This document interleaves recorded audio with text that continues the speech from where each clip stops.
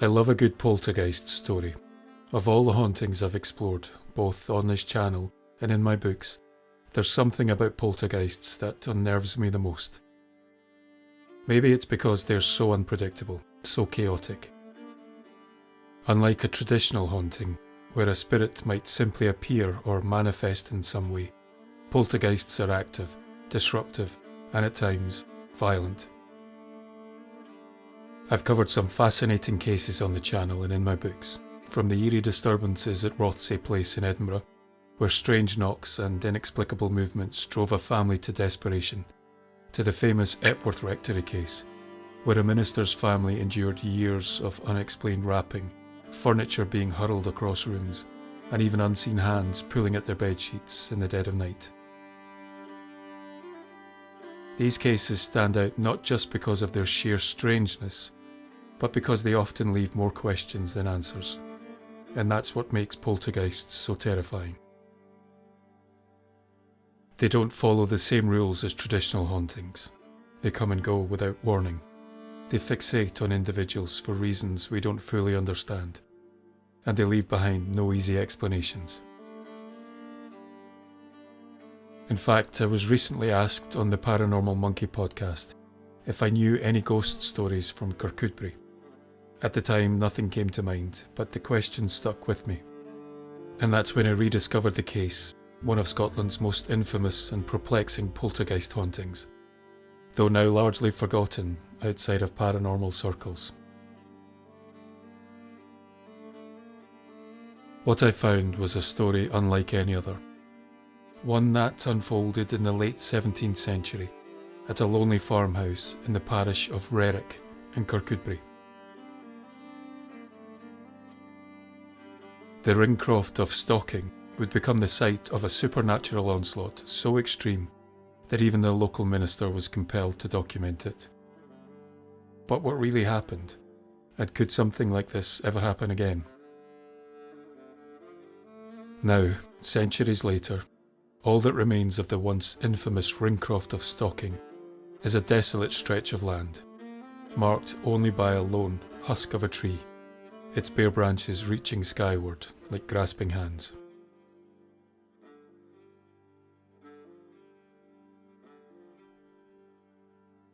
Once this place was home to Andrew Mackie, an ordinary man whose life took an extraordinary turn in 1695, when his house became the centre of a relentless poltergeist attack. What unfolded here was so chilling, so unrelenting, that it sent shockwaves across Scotland and beyond, immortalised in a pamphlet written by the local minister, the Reverend Alexander Telfair, a man of faith and reason, who found himself drawn into the mystery. Born in 1654, he served as chaplain to Sir Thomas Kilpatrick of Closeburn, before becoming Minister of Rerrick in 1689. His detailed account, titled A True Relation of an Apparition, Expressions and Actions of a Spirit, which infested the house of Andrew Mackie in the parish of Rerrick, Scotland in the year 1695, was published the following year.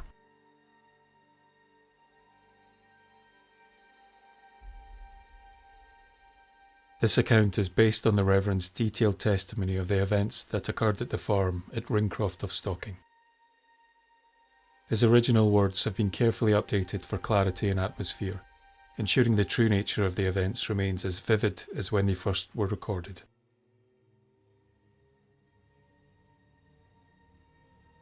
It's not in my nature to seek attention or commit my words to print for the world to see, and yet circumstances demand it.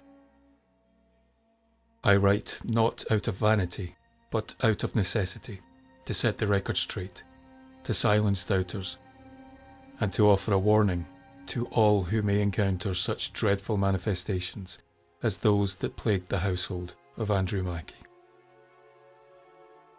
In our time, a spirit of disbelief has taken root, a refusal to acknowledge the existence of powers beyond our understanding.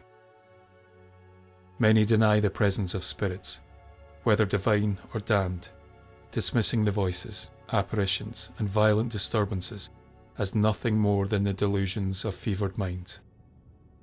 But I was there. I saw and heard the things that defy earthly explanation. I bore witness to the torments inflicted by an unseen force, a presence so malevolent that it sought to shake the very foundations of faith itself. I write this account so that those who read it may give thanks to the Lord, who alone has the power to bind such forces. Let this serve as a reminder that the works of darkness don't go unnoticed, and that even the devil himself is subject to the might of Christ. By these very acts, by the fury of the unseen hand, the whistling voice in the night, and the stones that rained upon the faithful, Satan sought to spread fear. Yet in doing so, he revealed himself, and what is revealed can be overcome. I urge every household, particularly those who lead families, to maintain prayer within their walls. Let not your homes be found wanting in devotion, lest you invite upon yourself the same torments that befell the house of Andrew Mackie. Where faith is absent, the adversary finds his hold. To my fellow ministers, I say this: be vigilant. We wrestle not only with the sins of man, but with the unseen principalities and wickedness in high places. These forces seek to disrupt, to deceive, and to destroy. They work in secret and in the open, through deception and through force. But we are not without defence. Let us clothe ourselves in the armour of God, that we may stand against them. For those who'd never known such disturbances, who sleep soundly without fear of voices in the dark or unseen hands at their back, know this: you are fortunate. Give thanks, for the Lord has spared you from trials such as these. But let this true and faithful account serve as a warning. Evil is real, and it will strike wherever it finds an opening. I record these events with the utmost sincerity, that others may not dismiss them as mere superstition, nor turn a blind eye to the reality of the struggle that rages beyond our sight. Thus I remain a humble servant in the work of the gospel.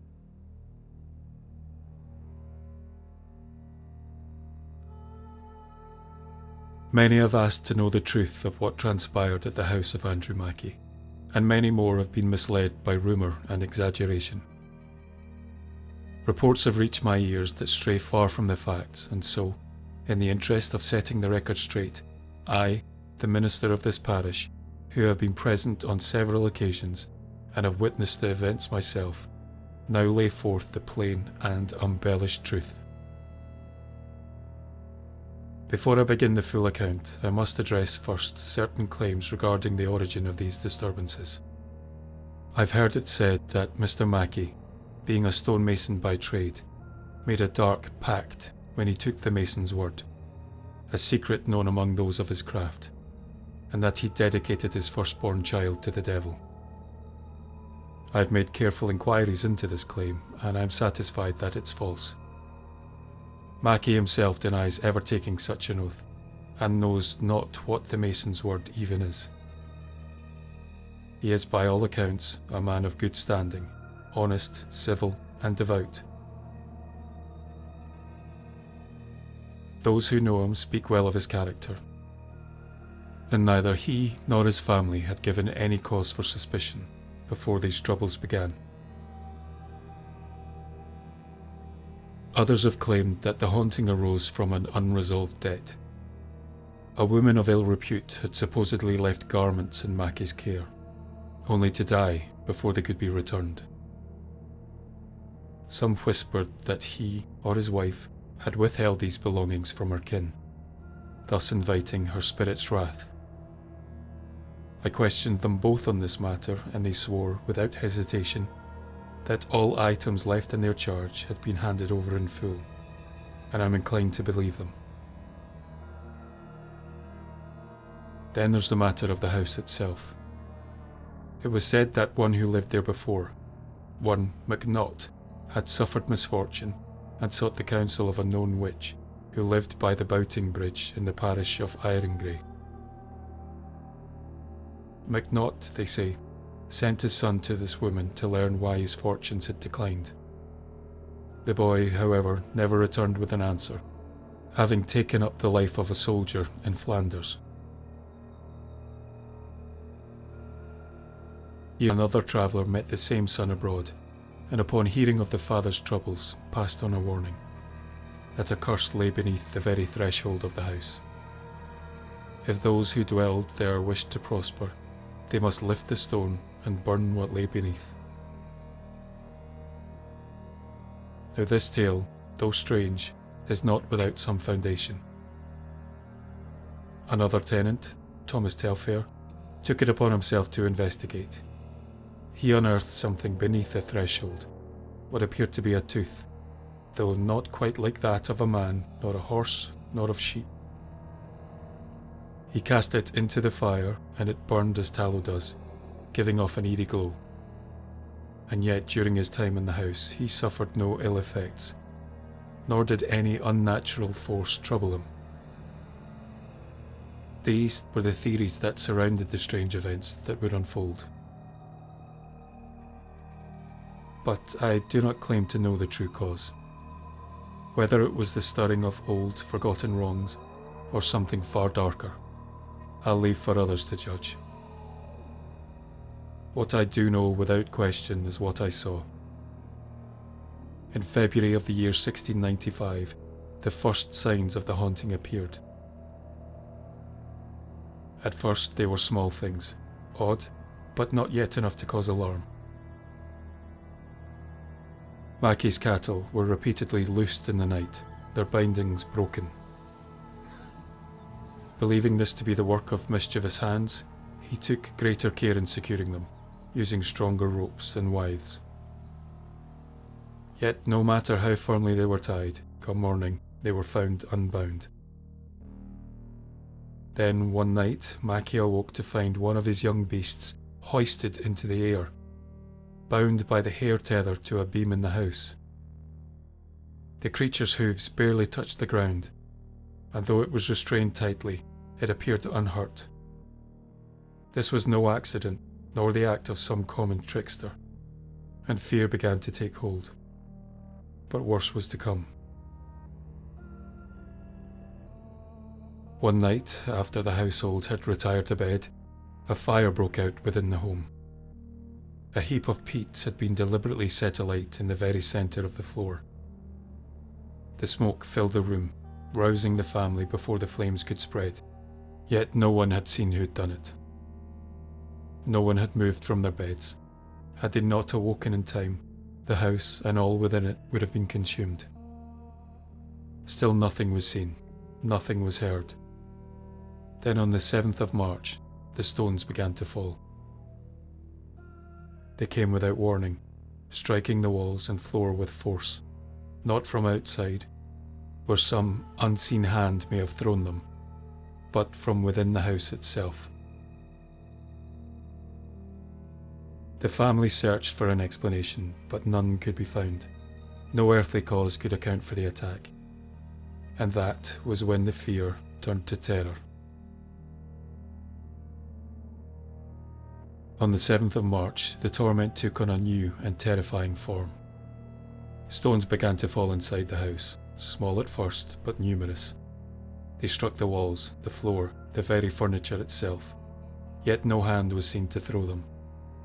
Day and night the assault continued, but it was worse in the dead of night, when darkness thickened and fear lay heaviest upon the household. On Saturday, with the family outside tending to their affairs, the Mackie children returned indoors, only to be confronted with a strange sight. By the fireside, something sat hunched, a form wrapped in a blanket, still and silent. The sight naturally filled them with dread, and they hesitated at the threshold, uncertain whether to flee or to act. The youngest boy, no more than 9 or 10 years old, scolded his siblings for their fear. "Why are ye afeard?" he said. "Let us bless ourselves, and there be no cause to be afraid." And with that he strode forward, muttering a prayer, and snatched away the blanket. There was nothing beneath it. No spectre, no intruder, only a four-legged stool turned upon its end. A simple trick, perhaps. And yet, the air in the room remained thick with unease, as if something unseen still lingered.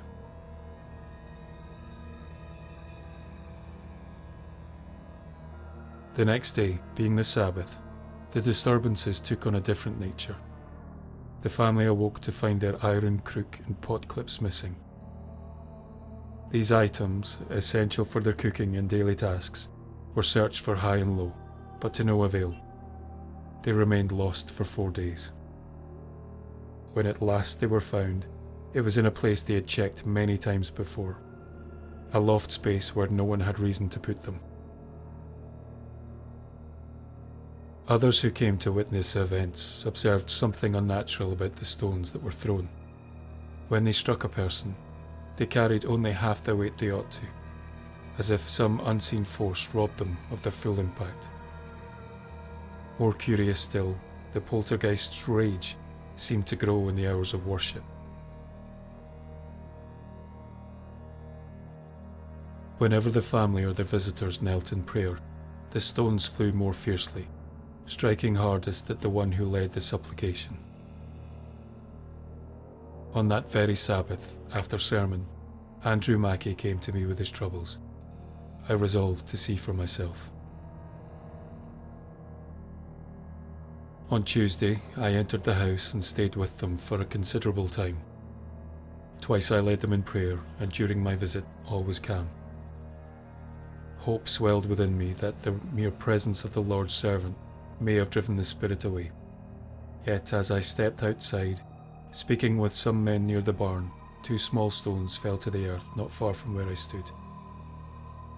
At once a cry rose from within the house. "It's worse than ever!" I turned back at once and re-entered. No sooner had I begun to pray than the unseen force took to its mischief once more. Stones flew at me, though they were small and did no harm. For several days after, all was quiet, but on the 18th of March the attacks resumed with renewed force. The stones came heavier now, their blows sharper. By the 21st, I determined to return. That night I sat in the house for many hours, enduring its torments. The spirit was restless. It struck me several times upon the shoulders and sides with a great staff, the sound of the blows echoing through the room, so all that present could hear them. The bed frame was thrown to the ground, and loud, insistent knocking rattled upon the chests and wooden boards, as if some unseen presence were demanding to be let in. Then, as I knelt in prayer, I felt it. Something pressed against my arm. Light at first, then stronger. I turned my head, and there, to my horror, I saw it. A small white hand emerging from nothingness. I could make out the shape of the fingers, the curve of the wrist, pale and thin, like that of a child. It lingered but a moment before it faded away, as if it had never been. That same night, others bore witness to something similar. A friend of Mackie's claimed to see a face at the window, a young man, red-faced, with yellow hair. The Mackie children too saw glimpses of an unknown boy within the house, clothed in grey, a bonnet atop his head. Each time the figure was glimpsed, it vanished in an instant. What this meant, I could not yet say. On the 22nd of March, the spirit grew bolder still, turning its malice not only upon the Mackie family, but upon their neighbours who came to offer aid. It struck them with stones, flung wooden staffs at them, and even laid hands upon some, dragging them across the floor by their clothes. Those who had intended to stay the night fled in terror before their time. This attack was attested by Charles McClellan of Colleen and Andrew Tate of Torr. The spirit was relentless. It wounded Mr. Mackie, striking him upon the brow, and when he paid it no heed, it seized him by the hair with such force that he swore he felt nails digging into his scalp. Others were seized in its grip as well. John Keyes, a miller from Auchincam, was so tightly grasped around the ribs that he cried out for neighbours to help him, fearing his side might be torn apart. The children fared no better. That night, as they lay sleeping, their blankets were ripped away, and they were beaten upon their hips with an open hand, though whose hand no one could say. The sound of the blows was heard by all in the house, though no form could be seen administering them. Objects moved of their own accord. The heavy door bar was lifted and carried across the room, as if borne by invisible hands. Loud rapping came from all around, on chests, on bed frames, on the very walls themselves. The 2nd of April brought no respite. That night, as we gathered once more in prayer, the spirit's mockery took on a new form. At the close of every sentence, uttered in supplication, it called out in a whisper, "Wisht, wisht." Then came the whistling, a low, sharp sound that cut through the silence, so distinct that the household dog roused himself and ran to the door. Ears pricked as if someone had called him to heel. It whistled again on the 3rd of April, calling out, "Wisht, wisht," as though to taunt us. Mr. Tate bore witness to this.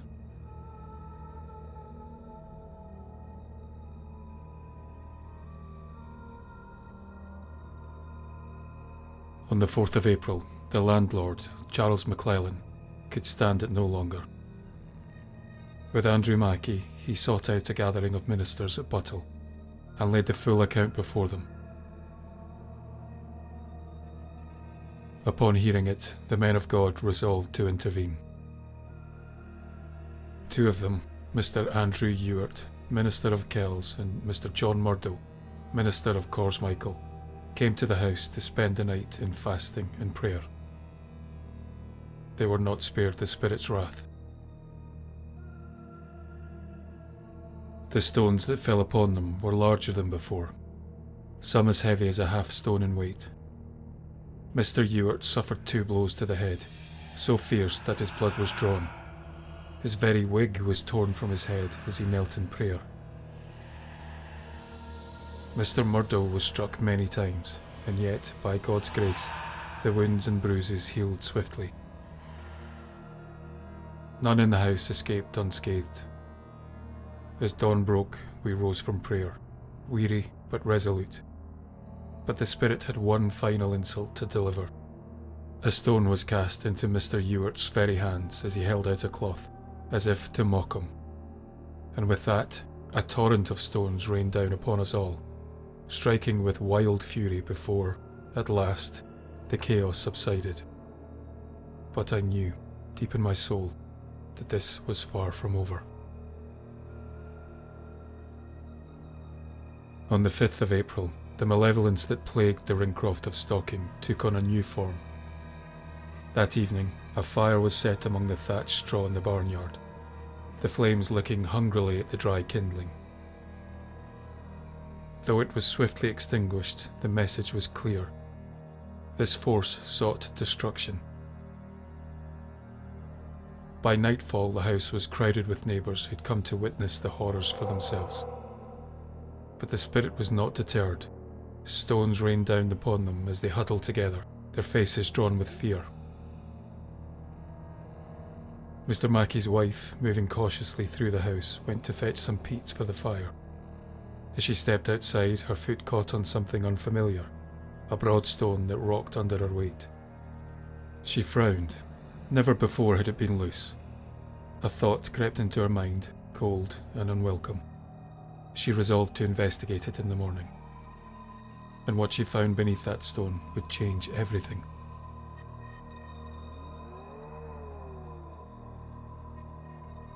At dawn on the 6th of April, With the house momentarily quiet, she returned to the place where the stone had shifted.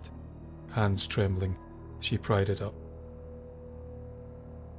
Beneath it, wrapped in an old piece of saddle paper, lay 7 small bones, stained with blood and clinging to the remnants of flesh. The blood was fresh. The sickness rose in her stomach. She dropped the gruesome bundle and fled in terror to the house of Charles McClellan, nearly a quarter of a mile away. But the moment she left, the spirit's fury increased. Stones pelted the house with renewed violence. Fireballs appeared, flickering into existence before vanishing without a trace. A burning stone was hurled into the children's bed, scorching a hole straight through their blankets. When Mackie's eldest son retrieved it and let it rest upon the floor, it remained too hot to touch for over an hour. Even then, when Charles McClellan himself attempted to pick it up, he could scarcely hold it in his hands for the searing heat. A wooden staff was thrust through the wall above the children's bed, as if an unseen force sought to strike at them in their sleep. And then came the groaning, a deep, guttural sound that filled the air with a dreadful presence. When McClellan arrived, he took control of the situation at once. Bowing his head, he began to pray. The spirit, enraged, lashed out with greater force, but he did not falter.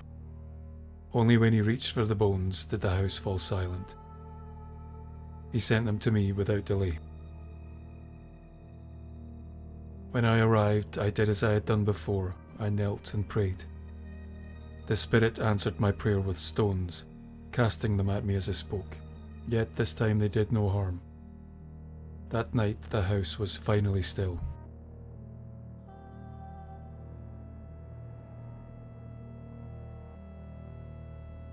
But the Sabbath of April the 7th did not pass peacefully.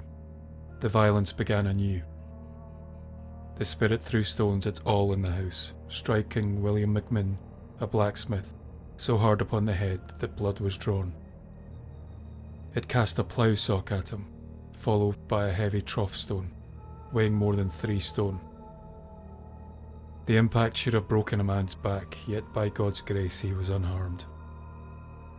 The spirit sought to reduce the house to ruin, setting it aflame not once but twice. The fires caught quickly, and were it not for the neighbours who remained within, all would have been lost. That evening, as twilight fell, another strange occurrence took place. John Mackie, Andrew's eldest son, was returning home when an unnatural light descended upon him. It moved with intent, falling about him and then racing ahead, leading him back towards the house with eerie precision. That night, the disturbances continued in their usual manner: stones, knocks, and the ever-present oppressive feeling of something lurking unseen.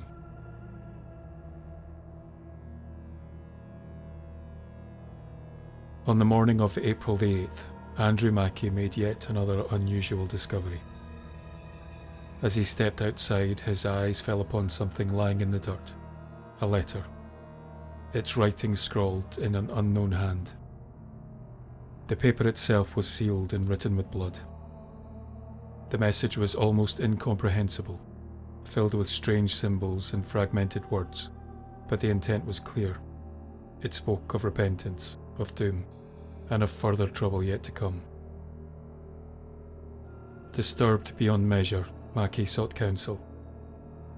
The house had stood for nearly 3 decades, and so, at the urging of the local magistrate, all who'd ever lived within its walls were gathered.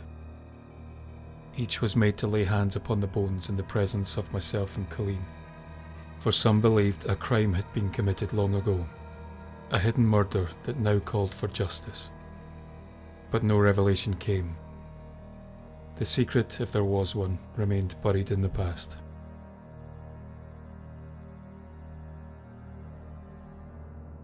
On April 9th, the letter and bones were carried to Kirkcudbright, where ministers from the surrounding parishes had convened.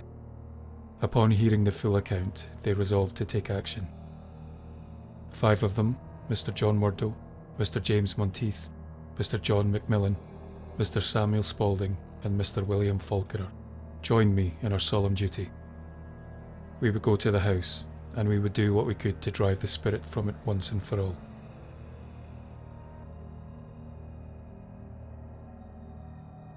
On the 10th of April we arrived.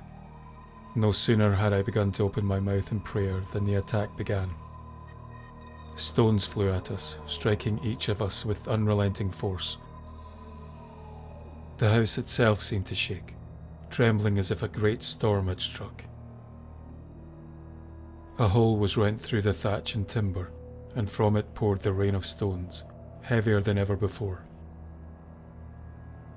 One such missile struck Mr. James Monteith upon the back, so weighty that it should have felled him where he stood. And yet, by the mercy of the Lord, he remained unharmed. Another, larger than a man's fist, was hurled at his chest with great force, yet he neither stumbled nor suffered hurt. To counter this, we took turns standing outside beneath the hole, guarding against the spirit schemes. It was then that the barn, standing at the end of the house, fell under siege. The spirit broke down the barn door and tore through the mid-wall, sending stones hurtling through the passage into the house itself. It was not content with violence alone. It laid hands upon us, grasping our legs as though a man's hand had taken hold. Some of us were lifted bodily from the ground, as though by unseen arms. William Lennox, myself, and others felt its touch and its strength, and yet, by the time the clock struck 10 that night, the house fell still. For a moment, we believed the battle had been won. But the spirit was not yet finished. Over the following days, its attacks grew worse than ever before. No one who entered the house escaped its wrath. On the night of April the 13th, Mr. Tate of Torr came to stay with the family. On his way, his dog caught a thulmord, a small bird. Thinking nothing of it, he cast the dead creature aside as he stepped into the house. But the spirit had noticed. As the household gathered in prayer, the lifeless bird was lifted from the ground before the terrified eyes of all present. It struck the men who prayed. Some were beaten with it, others had it hurled into their laps. Samuel Thompson, a chapman, was particularly afflicted. The spirit seized him by the ribs, slipping beneath his clothes and gripping him with force. His fear was so great that he took ill immediately, his strength failing him from fright alone. There could no longer be any doubt. This was no mere trickery, no common haunting. This was a force of malice, a presence that would not rest, a tormentor that had its sights set upon this house and all who dared to resist it. And still, we fought on. The Sabbath of April 14th brought yet more terror. The spirit set fire to straw in the barnyard, its flames curling into the air before they were swiftly put out. As the night wore on, the attacks did not relent. Stones continued to rain down, as they had so many nights before, and then, without warning, a heavy dyke spade was hurled at Andrew Mackie. It struck him with its sharp end leading, but by the mercy of the Lord he suffered no harm. Objects took on a life of their own. A meal sieve was lifted and tossed violently about the house as if by unseen hands, and when Mackie tried to seize it, he found it difficult to keep hold, as though something resisted him. At last the sieve was wrenched apart, the rim torn from it entirely. Then a bundle of the sieve's remains was flung at Thomas Robertson of Airds, who bore witness to the unnatural event. Still, as before, nothing could be seen. On April 15th, William Anderson, a drover, and his son-in-law, James Patterson, arrived at the house with Colleen. When Colleen departed later that night, Mackie's sons were sent to accompany him along the road. As they made their way back home, they were beset upon by stones. They tumbled through the air with precision, rolling about their feet, threatening to trip them. Shortly after their return, the poltergeist turned its attention to Anderson. A stone struck him hard upon the head, drawing blood that streamed down his face. Then came the sounds. The spirit whistled, groaned, and muttered its taunts. Wished. Wished. It hissed into the room. On the 16th it became bolder still. The unseen force mocked the prayers of the household, calling out nonsensical words, Bobo, and kick cuck, as if to ridicule them. Worse still, it did not simply speak, but acted. It took hold of men by their shoulders and shook them back and forth, hoisting them up as if to lift them from their very knees. That night the Mackie family had had enough.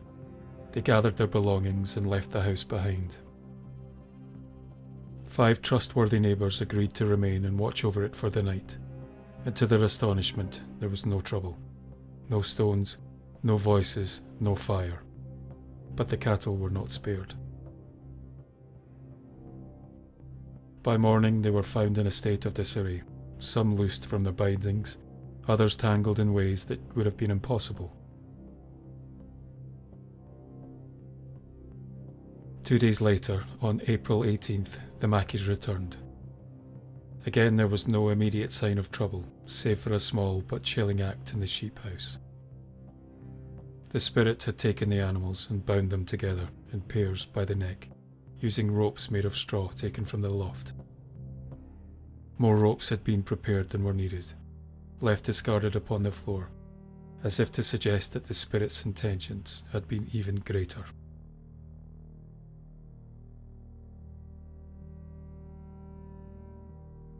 On April the 19th, it returned to fire setting. The spirit ignited straw in the barn while Mackie was thrashing, but he stamped it out before any damage could be done. It did not take kindly to his defiance. Without warning, wooden staves were thrust through the walls at him, yet once again no harm was done. The attacks continued, and the spirit seemed to find amusement in its torment. It hurled stones at the household and those within it. When it struck someone, it would cry, Take you that till you get more. And as promised, another stone would follow immediately. Yet if it merely said, Take you that, the victim was spared a second blow. By April 24th, the violence had reached its peak. The day had been set aside as one of public humiliation and prayer for the household. But the spirit did not yield. From morning till night, without ceasing, it threw stones with terrifying force, striking with such cruelty they all feared for their lives. And then on April 26th, it spoke directly to witnesses. Not just whispers and taunts, but full speech. It knocked upon a chest within the house, as if demanding entry, and then, in a voice that chilled the blood, it called those that gathered before it witches and rogues, declaring it would drag them to hell. Andrew Mackie, exhausted, had fallen asleep amidst the commotion. The spirit called for him to be wakened. When he roused, it addressed him directly. You shall be troubled until Tuesday, it said. Mackie, gathering his courage, demanded to know by whose authority the spirit had been sent. God gave me a commission, it replied. I'm sent to warn the land to repent, for judgment is coming. It commanded him to spread this warning, threatening that if the land didn't turn from its sins, it would return, this time with hundreds of spirits worse than itself, and it would bring ruin to every household. Mackie hesitated.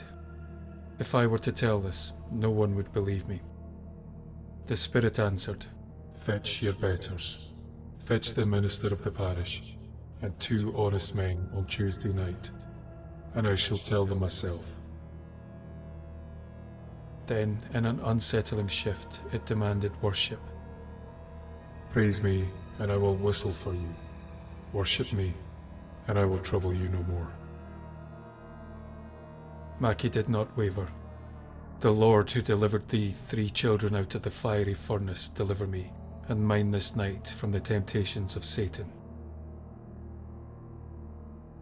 The spirit scoffed. You might as well have said Shadrach, Meshach, and Abednego. Its anger flared, turning to another man in the room. It spat. You are basely bred, meddling in matters that do not concern you. Then it issued its final threat. Remove your goods, for I will burn this house. Mackie answered, the Lord stop Satan's fury, and hinder his designs. The spirit only laughed.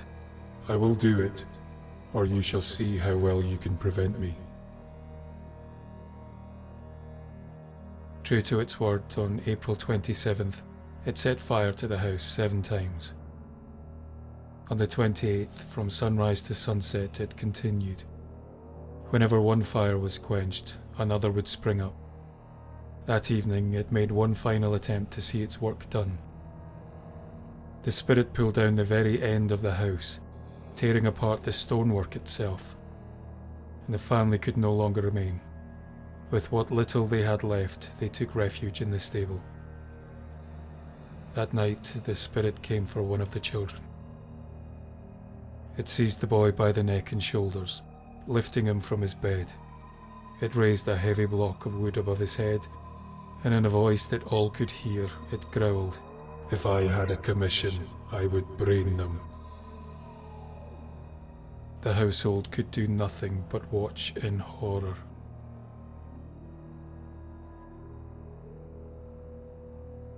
On April 29th, the fire starting continued.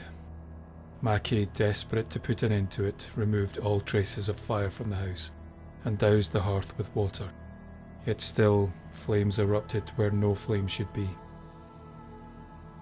The spirit's final act came the next day. As Mackie worked in the barn, it whispered to him, Andrew, Andrew. He ignored it. A moment later, its voice grew angry. Speak. Still, he did not reply. Then at last, it spoke once more. Be not troubled. You shall have no more suffering, save for some stone throwing on Tuesday to fulfill the promise. And then it was gone. On the night of April 30th, Charles McClellan of Colleen and several neighbours gathered in the barn.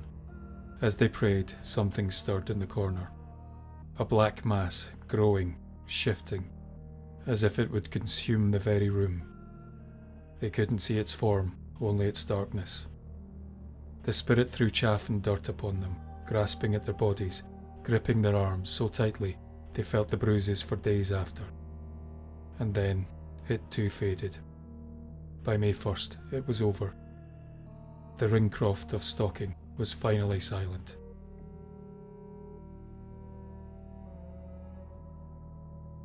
I leave this account as it happened, without doubt or embellishment. I caution all to remember the words of Scripture. Be sober, be vigilant, because your adversary the devil, as a roaring lion, walketh about seeking whom he may devour. Whom resist, steadfast in faith. So ends the trial of Andrew Mackie and his family. But who can say if the spirit is truly gone, or if it merely waits?